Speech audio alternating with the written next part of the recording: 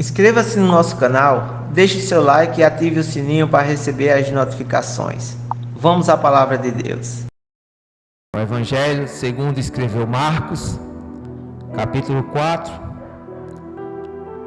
a partir do verso 35, que é uma passagem bastante conhecida por todos nós, onde tem como prefácio: Jesus acalma uma tempestade. Naquele dia, sendo já tarde, disse-lhe Jesus: passemos para outra margem. E eles, despedindo a multidão, o levaram assim como estava no barco, e outros barcos o seguiam.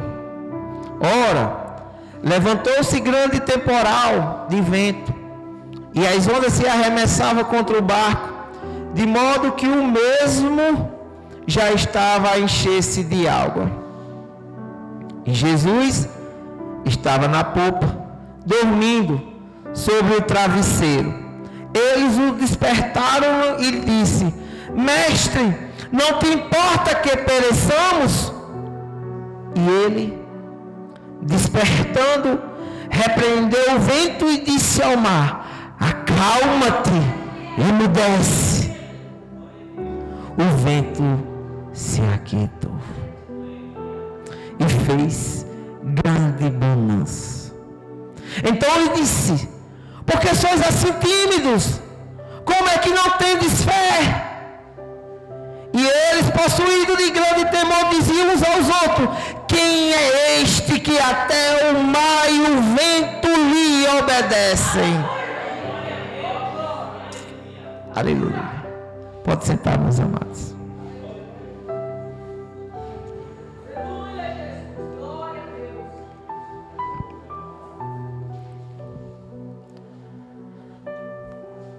Igreja de Deus, no ano de 1909, mais precisamente no mês de março daquele ano, começa a ser construído, começa a fabricação do maior navio daquela época. O navio mais seguro do mundo, o Titanic.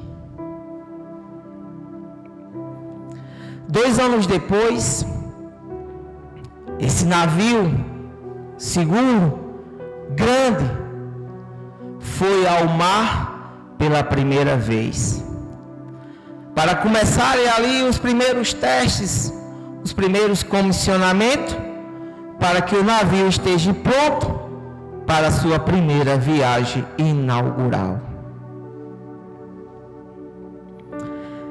Era um navio muito luxuoso, muito seguro, comprido, tinha 269 metros de comprimento, era alto, tinha 28 metros, tinha 53 metros de altura, e era largo, 28 metros de largura. Um navio muito grande para aquela época, a qual levou o nome de infundável. Navio seguro. Um navio que, ao modo de vista humana, ele jamais afundaria.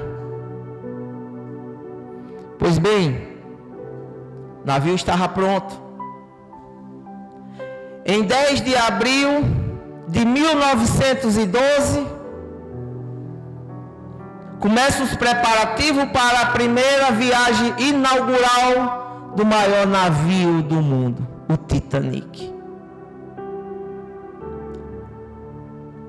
Destino, saindo de Southampton, na Inglaterra, com destino a Nova York, nos Estados Unidos. E ali começou, 10 de abril, inauguração, todo mundo sai, o navio vai se dispersando, se afastando da costa litorânea, sob os aplausos da família, do pessoal pessoal que ficava na terra. E começou a viagem. Passava numa localidade e em outra e ia pegando passageiros. Pois bem, quando ocupou praticamente todos os cômodos daquele navio, com aproximadamente 1.500 pessoas a bordo, o navio mais luxuoso, o navio mais seguro do mundo, o infundável, chegou uma tempestade, igual a tempestade do barco a qual Jesus estava a bordo. E ali, o marinheiro convicto que tinha um controle de tudo, do barco, da embarcação, a tempestade chega, as névoas diminui a visibilidade daquele homem, os avisos vão chegando a ele, mas ele vai escanteando, vai negligenciando, ele vai dizendo: calma, eu estou no controle. Pois bem, meus amados, no dia 14 de abril de 1912, às 11h40 da noite, o maior navio do mundo se choca com o iceberg. E ali, o navio infundável começou a descer as águas. E foi parar lá no fundo do Oceano Atlântico. Por quê, meus amados? Porque o navio Titanic está sobre a palavra de um homem. Vamos chegar ao outro lado, vamos chegar ao destino. Subestimou o poder de Deus, que diz que era um navio infundável. Mas qual é a diferença do barco ao qual Jesus estava? Porque sobre o navio Titanic era sobre a palavra de um homem falho, pecador, limitado, que não conhece o amanhã. Mas o barco ao qual Jesus estava não usufruía de toda a luxuosidade, de todo o tamanho, de toda a proteção do navio Titanic, mas era um barco que estava o Filho de Deus, louvado seja o Senhor. E quando ele disse: chegamos a outra margem, veio a tempestade, igual veio para o Titanic. Mas Jesus tem ordem e autoridade sobre a criatura e mandou se acalmar. E ali o vento emudeceu, parou. E eles chegam a outra margem. Porque é a palavra de Deus, é a palavra de Jesus que tem poder. E a tempestade, meus amados, ela é assim. Chegou para o Titanic, chegou para o barco ao qual Jesus estava, e ela chega na nossa vida. A tempestade, ela surge de maneira inesperada, inoportuna e inevitável, pois todos nós estamos sujeitos a tempestades. Às vezes estamos bem e de repente aparece uma dor. Às vezes, numa consulta de rotina, descobrimos uma grave doença. Às vezes, numa consulta de rotina, surge uma dor e daí se prolonga para causa mais séria. As tempestades chegam na nossa vida. Quantos homens e mulheres saem para trabalhar e voltam desempregados? É a tempestade que assola a nossa vida e nós não temos controle sobre a tempestade. Mas Jesus tem controle sim. eles aparecem, esses vendavais aparecem sem avisar nós. Surge de maneira inoportuna. Pois bem, meus amados, é diante dessa tempestade inesperada que iremos meditar sobre o tema: calma, Jesus está no controle. Calma, Jesus está no controle. Aleluia. O verso 35, meus amados, que diz: a palavra de Jesus e realidade são as mesmas coisas. Se Jesus diz uma coisa, vai se confirmar. Se Deus te prometeu algo, pode esperar que vai vir para suas mãos. Porque a palavra de Deus, lá em Números 23:19, vai dizer que Deus não é homem para que minta, e nem filho do homem para que se arrependa. Se ele disse, vai vir. Se ele disse, vai acontecer. Quem está dizendo isso não sou eu, é a palavra de Deus. Quantas coisas, quantas maravilhas Deus prometeu ao seu povo, e Deus prometeu, e Deus realizou, e Deus fez acontecer. Porque palavra de Jesus e realidade não são diferentes, é a mesma coisa. Porque Jesus disse naquele dia, sendo já disse: passemos para outra margem.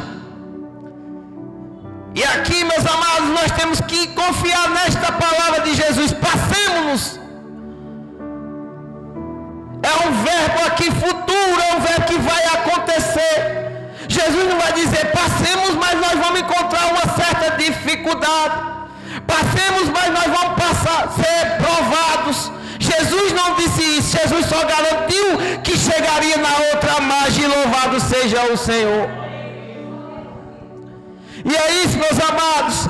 Quando Jesus diz: você vai ter vida eterna, você vai morar nos céus, Ele não diz como é que vai ser a sua caminhada, mas Ele só garante que você vai chegar nos céus. E é isso, nós temos que confiar na palavra de Deus, porque a palavra de Deus e realidade são as mesmas coisas. Louvado seja o Senhor. E se Ele te prometeu, não se atemorize, porque Ele é fiel, e no tempo certo vai acontecer. No tempo certo. Achamos que Deus muitas das vezes está tardando. Às vezes achamos que Deus esqueceu de nós, mas Deus está no controle da minha e da sua vida. Por isso que eu digo: acalma-te. Acalma-te. Para que criar tempestades, se Jesus está no controle dela? E no verso 37, ora, levantou-se grande temporal de vento, e as ondas se arremessavam contra o barco, de modo que o mesmo já estava a encher-se de água. Porque Jesus no 35 diz que passava para outra margem, chamou, convocou os discípulos, os apóstolos, e eles ali despedindo a multidão.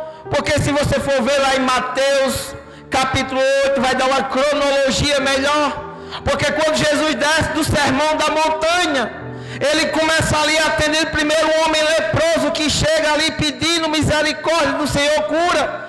E esse homem é curado. E ali muitos outros, Jesus cura a sogra de Pedro. E ali vai curando e vai chegando muita gente ali, uma multidão atrás dos milagres de Jesus. E Jesus, vendo que as pessoas só queriam cura física, Jesus disse: vamos passar para outra margem. E ali, nesta passagem, os outros barcos começaram a seguir Jesus de longe.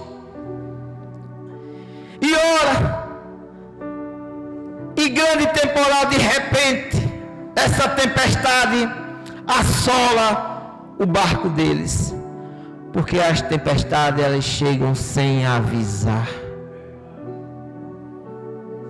Eles iam navegando em águas tranquilas, serenas, igual da minha vida, da sua vida hoje.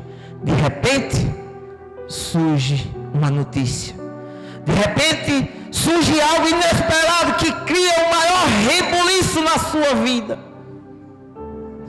e você olha para um canto e olha para o outro, e olha para a tempestade e se afinca nela, não tira o olho dela, e aí as coisas começam a ficar pior.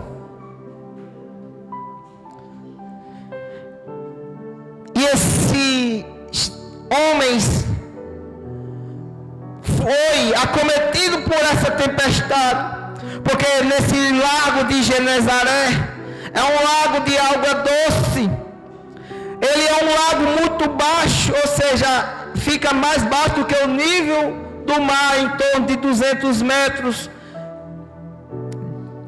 Ele é rodeado pelas montanhas, do lado oriental as montanhas de Golã, e no ocidental na Galileia. Então, quando essa região, esses ares frios vêm e se chocam com os ares quentes, e de repente ali começa um temporal, começa ondas nesse lago. O lago está tranquilo, e quando esses ventos, essas barreiras de ventos vêm e se chocam uma com a outra, aí começa ali uma tempestade no lago. E foi essa tempestade que foi acometido, que chegou ao barco de Jesus e dos seus discípulos. Porque, como eu falei, as tempestades, elas chegam sem avisar. E no verso 38, e Jesus estava na popa dormindo sobre o travesseiro. Eles o despertaram e lhe disseram: Mestre, não importa que pereçamos. Aqui é um pedido de socorro, aqui é um grito: nos ajuda, Senhor, nós estamos naufragando, nós estamos nos afundando. O barco já estava cheio de água devido às ondas, e Jesus estava dormindo, porque em Mateus capítulo 8 vai dizer que Jesus adormeceu. Jesus, aqui só mostra que Jesus era 100% homem. Ele estava cansado e adormeceu na popa do barco. E quem está dormindo ali está indefeso, está inativo, não sabe o que está acontecendo ao seu derredor. E Jesus estava dormindo na popa do barco. E os apóstolos não entenderam a palavra de Jesus, porque quando Jesus disse: passamos para outra margem, e aqui eles não entenderam, não escutaram a palavra de Jesus, e aqui eles estavam com medo, eles estavam atemorizados, dizendo: Mestre, nós vamos se afundar, o Senhor não está se portando com as nossas vidas, louvado seja o Senhor. Mas os apóstolos também esqueceram de quem estava na popa do barco. Os amados, quem vai na popa do barco tem o controle sobre a embarcação. E Jesus estava no local certo da embarcação. Aqui só mostra que Jesus está no controle da nossa vida, louvado seja o Senhor. Embora que Jesus estivesse dormindo ali, descansando, mas ele estava no controle, porque Jesus, ele é eterno, ele é vivo, ele é imutável, ele é fiel. Por mais que eu e você seja infiel, ele é fiel, ele não pode negar-se a si mesmo, louvado seja o Senhor. E Jesus estava na popa do barco, cuidando dos discípulos. Jesus estava ali, quieto. E os discípulos vão já pressionando Jesus. Mestre, não te importa que pereçamos. Os apóstolos enxergavam somente a tempestade, mas esqueceram de quem estava no barco.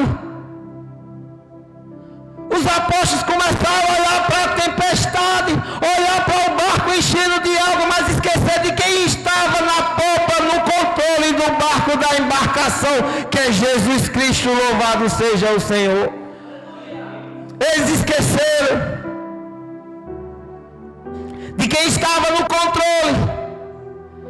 Olharam para a tempestade, e é isso que acontece na nossa vida. Quando as tempestades vêm, olhamos só para ela, não olhamos para quem está lá no alto, controlando tudo e todos. E Jesus, Ele está ali atento, e a gente olhando para a tempestade, e ali, se nós olhamos para a tempestade, criamos mais uma tempestade maior ainda na nossa vida. Pedro, quando viu Jesus andando sobre as águas, ele disse: mestre, foste tu, permita que eu faça o mesmo. E Pedro começou a andar sobre as águas, mas de repente começou a olhar ao derredor dele, olhou para os ventos, olhou para o que estava acontecendo ao lado dele, tirou os olhos de Jesus e começou a afundar. E é isso, meus amados. Quando nós olhamos para a tempestade, nós tiramos o foco de Jesus, e ali nós começamos a naufragar na nossa fé, na nossa caminhada. Mas eu te digo, igreja de Deus, eu te encorajo, igreja de Deus, quando a tempestade vier, não olhe para ela, olhe para Jesus que está no controle dela, louvado seja o Senhor. Jesus está no controle da minha e da sua vida. As tempestades, elas vêm. Chegou na vida de Jonas, um homem de Deus, um homem escolhido para fazer a obra de Deus, mas um homem que se desviou do chamado, estava querendo se esconder de Deus, embora que Jonas estivesse lá no porão do navio, mas Deus sabia onde ele estava, porque ninguém se esconde de Deus. Ninguém se esconde de Deus. E para isso, para muitas das vezes, para rebeldia, para desvio de solicitação, para muitas das vezes, por desvio de chamado, Deus manda uma tempestade e a procura. E aconteceu na vida de Jonas. Deus mandou uma tempestade ir ao encontro de Jonas para mudar o percurso da onde ele estava indo. Porque muitas das vezes Deus usa a tempestade para nos disciplinar. Muitas das vezes Deus usa a tempestade para vir à nossa vida, para nos corrigir e nos direcionar para o caminho certo. E Jonas entendeu que era Deus à procura dele. E ali pede para que seja jogado no mar. E aqueles marinheiros ali jogam Jonas. E na hora que joga, a tempestade se acalma. E Jonas é engolido por um grande peixe. Deus mandou um grande peixe o engolir e transportar para onde deveria Jonas estar lá, pregando a palavra em Nínive. E o grande peixe pega Jonas e leva e joga lá nas areias da praia de Nínive, porque era lá que Jonas deveria já estar. Ninguém se esconde de Deus. E às vezes Deus manda uma tempestade para nos orientar para ir para o caminho certo. Mas as tempestades, elas chegam de repente e a gente não sabe como explicar, conforme foi na vida de Jó. Jó, um homem bom, temente a Deus. E Deus permite que o inimigo toque em 5 áreas de sua vida: na área familiar, na área financeira, nos amigos, na saúde e no seu casamento. Mas tem uma coisa: não toque na vida dele. E ali o inimigo atende, porque Deus está no controle até das atitudes do inimigo. E Deus ali permite que o inimigo toque nessas 5 áreas. E Jó passa pela maior tempestade que jamais nenhum de nós aqui jamais queremos passar. Mas ele em nenhum momento blasfemou contra Deus. Ele só começou a perguntar: por que Deus? Por que Deus? Por quê? E sabe quantas vezes Deus respondeu os porquês de Jó? Nenhuma vez. Deus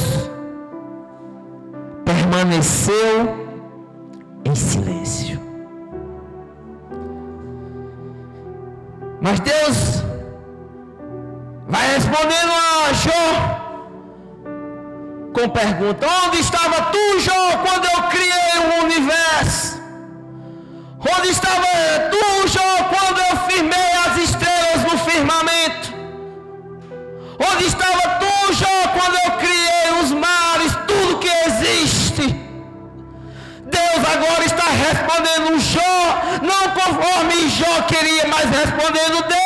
Deus estava se auto-revelando pela sua grandeza, aleluia. E ali Jó, depois que passou por toda essa tempestade, foi restaurado a sua vida. Foi restaurada a sua vida. E é isso, meus amados. Os apóstolos ficaram apavorados. Não importa que pereçamos. Ficaram com medo. E no verso 39, e ele, despertando, repreendeu o vento e disse ao mar: acalma-te e emudece. O vento se aquietou, se fez grande bonança.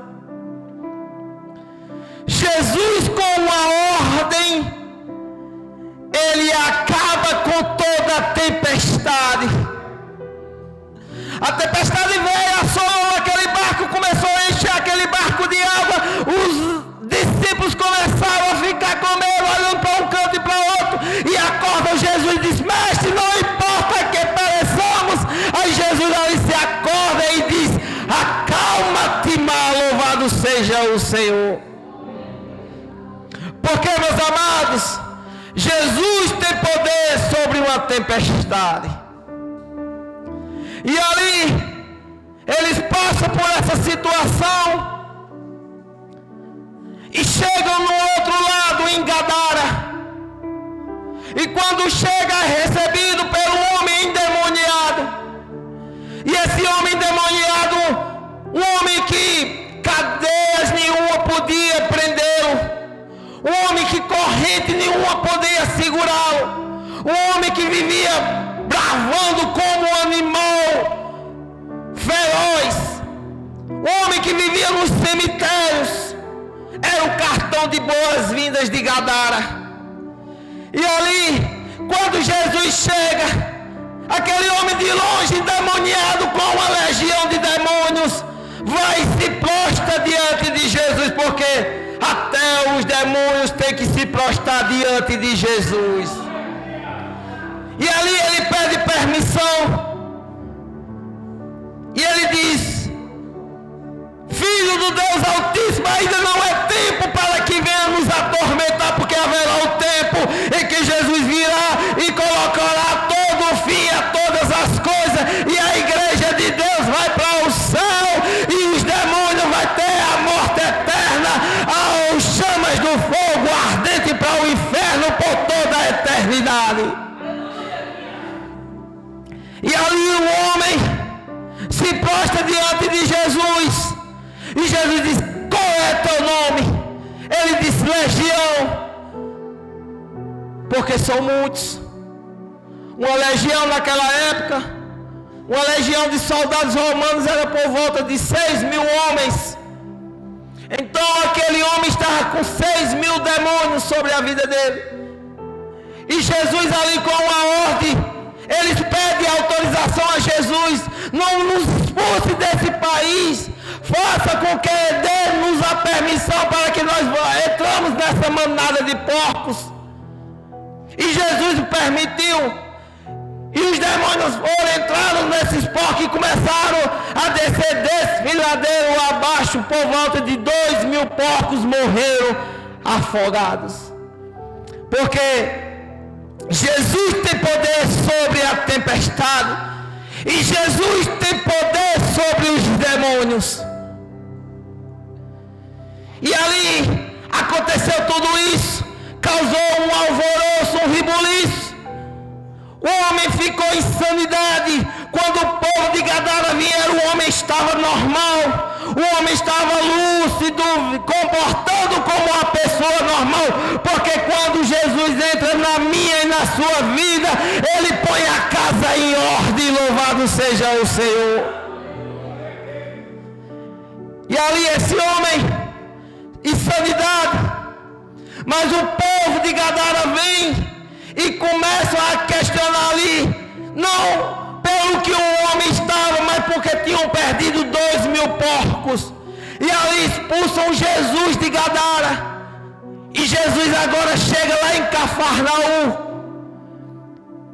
Jesus, quando entra no barco para partir para Cafarnaum, o homem que agora estava limpo, liberto, o homem pede para ir com ele, mas Jesus diz: não, vá para a sua casa e conte o que o Filho de Deus fez na sua vida. Louvado seja o Senhor.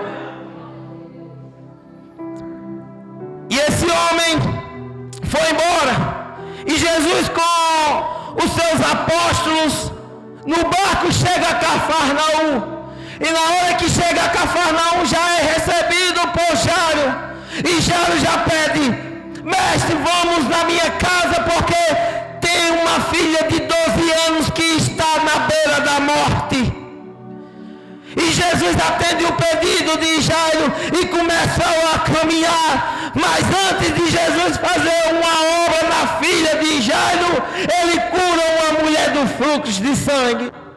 E na caminhada ali, Jesus caminhando, uma mulher há 12 anos sofria de uma enfermidade, que tinha procurado a cura em todos os ares, gastado todo o seu dinheiro em busca da cura.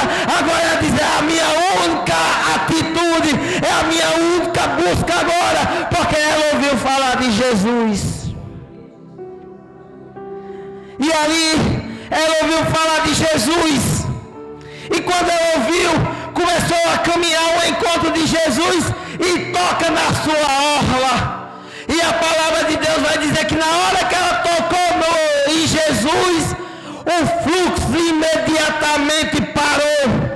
Ela foi curada no mesmo momento de Jesus, porque no mesmo momento que tocou em Jesus, porque Jesus tem poder sobre a tempestade, Jesus tem poder sobre os demônios, Jesus tem poder sobre a enfermidade. Louvado seja o Senhor.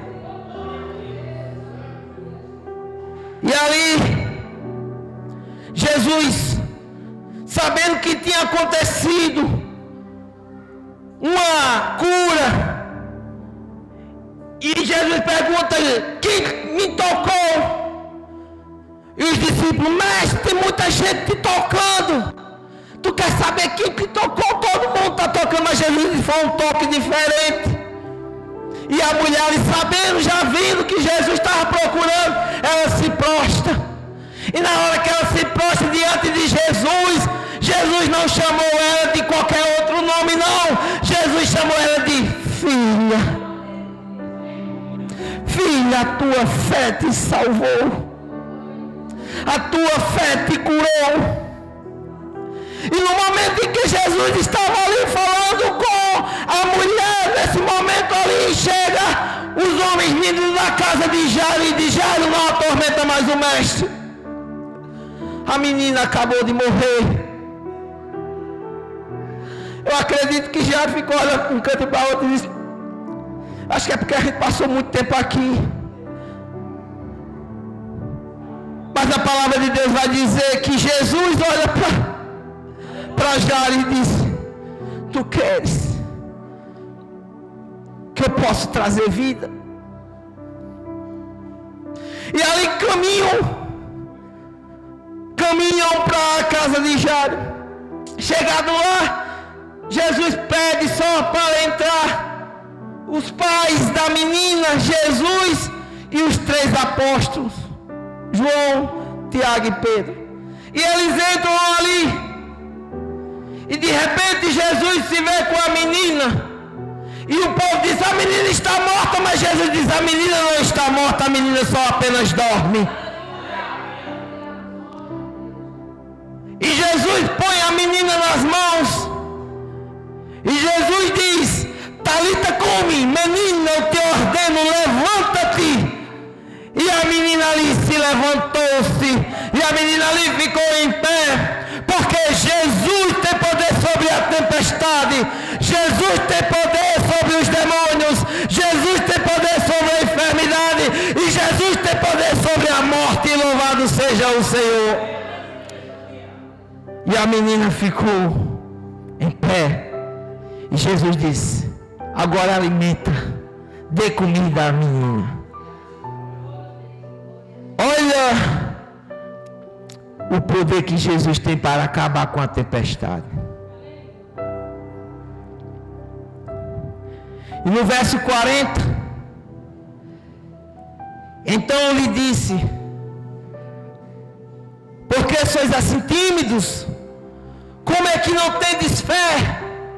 Jesus está aqui pedindo audácia aos seus apóstolos, ousadia, ânimo, atrevimento, porque Jesus lá em 2 Timóteo 1 vai dizer, Paulo escrevendo para o seu filho na fé, diz que Deus não nos deu espírito de covardia, mas de poder, de autoridade, de amor.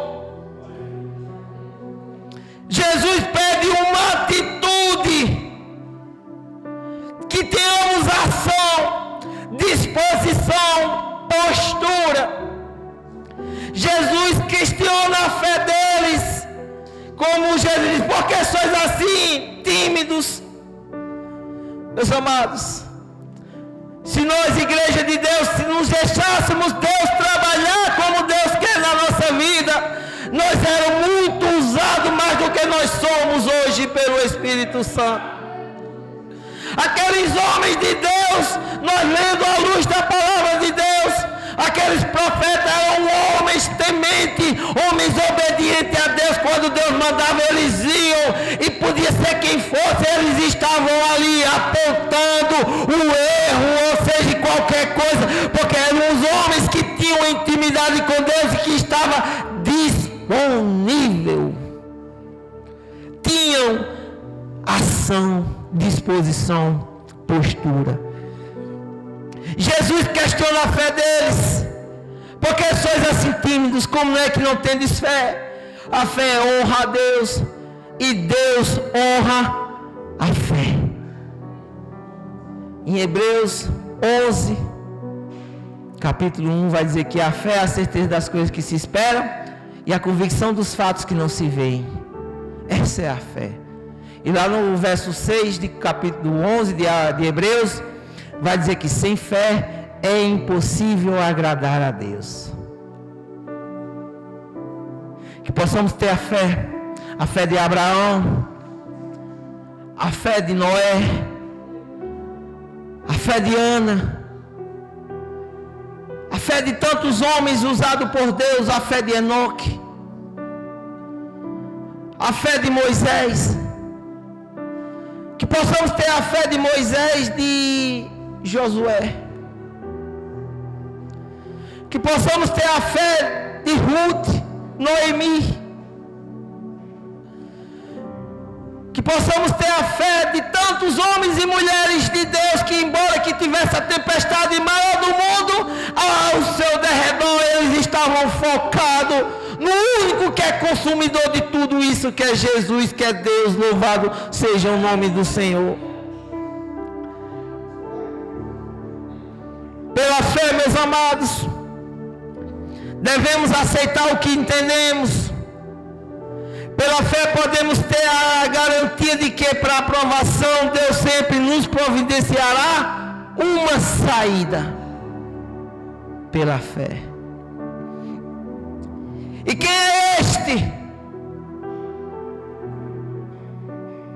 que até o vento e o mar lhe obedecem? No verso 41. E eles, possuídos de grande temor, diziam uns aos outros: quem é este que até o mar e o vento lhe obedece? Quem é este, igreja? Quem é este, igreja? Aleluia. Quem é este, igreja, que a tempestade lhe obedece? Quem é esta igreja que as doenças lhe obedecem? Quem é esta igreja que a enfermidade lhe obedece? Quem é esta igreja que a morte lhe obedece? Porque Jesus é o consumidor. Jesus tem poder sobre a tempestade. Jesus tem poder sobre a criatura. É Jesus e nenhum outro homem. É Jesus que pode todas as coisas. Ele tem poder sobre a minha e a sua vida, sobre a tempestade que está te acalentando, sobre a tempestade que está tirando você a sério, sobre a tempestade que está na sua vida. Mas o que eu tenho que dizer hoje é você, igreja de Deus, calma. Jesus está no controle, louvado seja o Senhor. Amém?